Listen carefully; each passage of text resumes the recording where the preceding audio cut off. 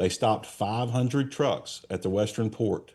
Of the 500 trucks, 120 of the 500 did not have lawful status in the United States. And so, one of the gateways that really opened this up, historically, the American trucking industry was primarily American citizens.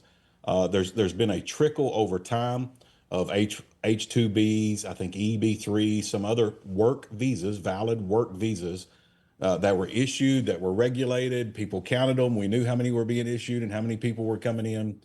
But what happened in 2019 was the Federal Motor Carrier Safety Administration issued new guidance. It's important for everybody to understand there was not new statutory law, okay, but new guidance that said that state DMVs could accept employment authorization documents when they issue commercial driver's licenses. That was the key inflection point. So since 2019, we've had an explosion of these different communities come into the trucking industry, and all of those drivers who have EAD cards do not have lawful status in the United States.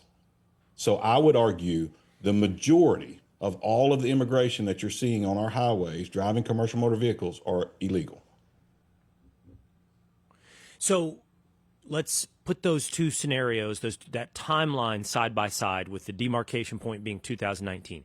Prior to 2019, a truck driver was either an American citizen or the holder of a legal visa that allowed them to operate on America's highways.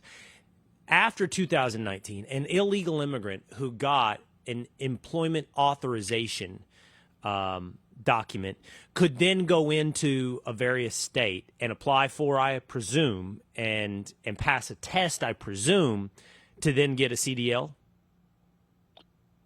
So they only went into specific states. So even though the guidance was issued that a driver could come in with an EAD card and be given a CDL, we only saw participation by a few states. And so that's why I think, your question about the different demographics and geographic regions of where they're located is important, because almost all of those align with sanctuary cities. And in those sanctuary cities, we have very liberal immigration judges. And so these applicants were able to sneak across the southern border. That's another thing that was identified in Operation Guardian. Of all the drivers they had arrested within the last 4 years, they had come across our southern border. So they can come across our southern border, go to an immigration judge, apply for asylum, and at the point of application, not the point of being approved, they're issued this employment authorization document, or this EAD card. And it was that EAD card that was the vehicle that allowed this explosion. And so you don't see states like Arkansas or Tennessee or Missouri or any of those states participating in this egregious behavior. It was really only these states that have these sanctuary cities that have done that. And that's why you're seeing these pockets or these communities of truck drivers all across our country. And that's because they're located next to these immigration judges and these DMVs. Okay, so I come across the southern border illegally. I turn myself into immigration authorities. I claim asylum. I go before a judge, and I apply for asylum. I am not approved for asylum, but they don't remove you from the country during the application for asylum. While my asylum claim is pending, I will be issued this employment authorization card.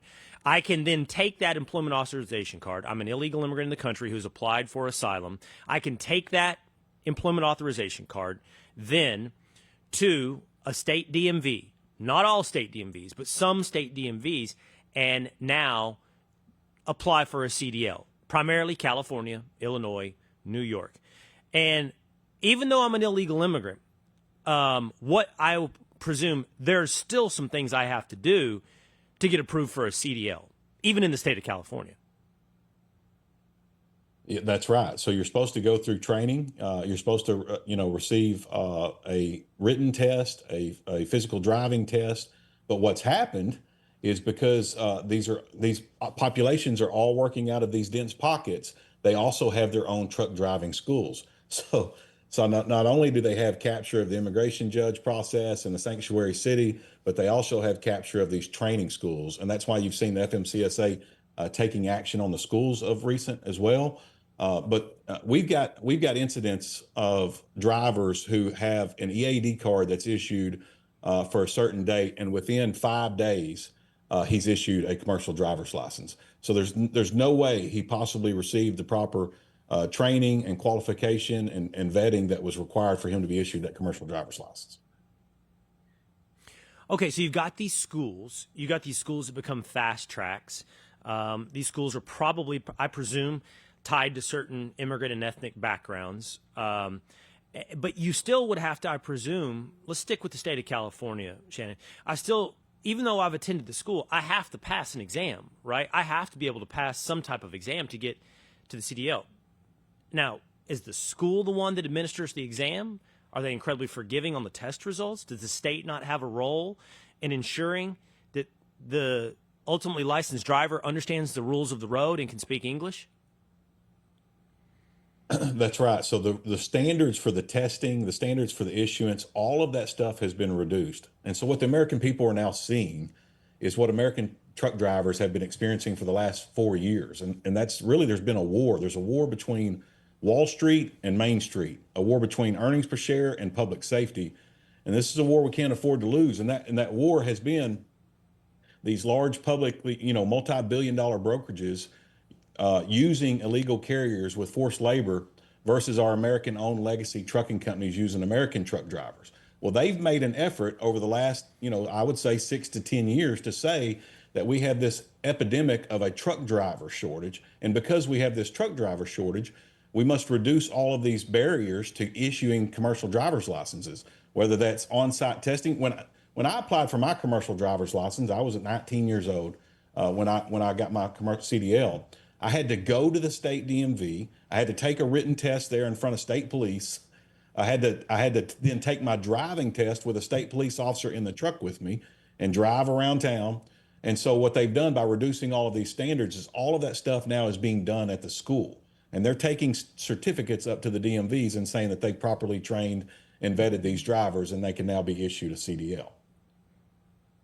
Wow. And so now, even though, Shannon, there are, for example, federal rules about English proficiency or the ability to read a road sign, there's no real state enforcement mechanism to ensure that the driver speaks English or to ensure that the driver can read a road sign. It's only essentially the certificate, the vouching of the school now that is telling us this is a safe driver? That's right. We've ripped all these barriers away.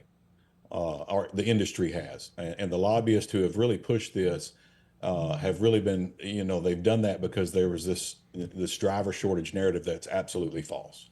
What we have is It's false. By the way, just to verify, that's a false narrative, Shannon. There is not a driver shortage. Absolutely. It's supply and demand. When you flood supply, when you flood in all of these illegal alien truck drivers, it goes back to what I was describing earlier about the working conditions of our truck drivers and of the pay of our truck drivers.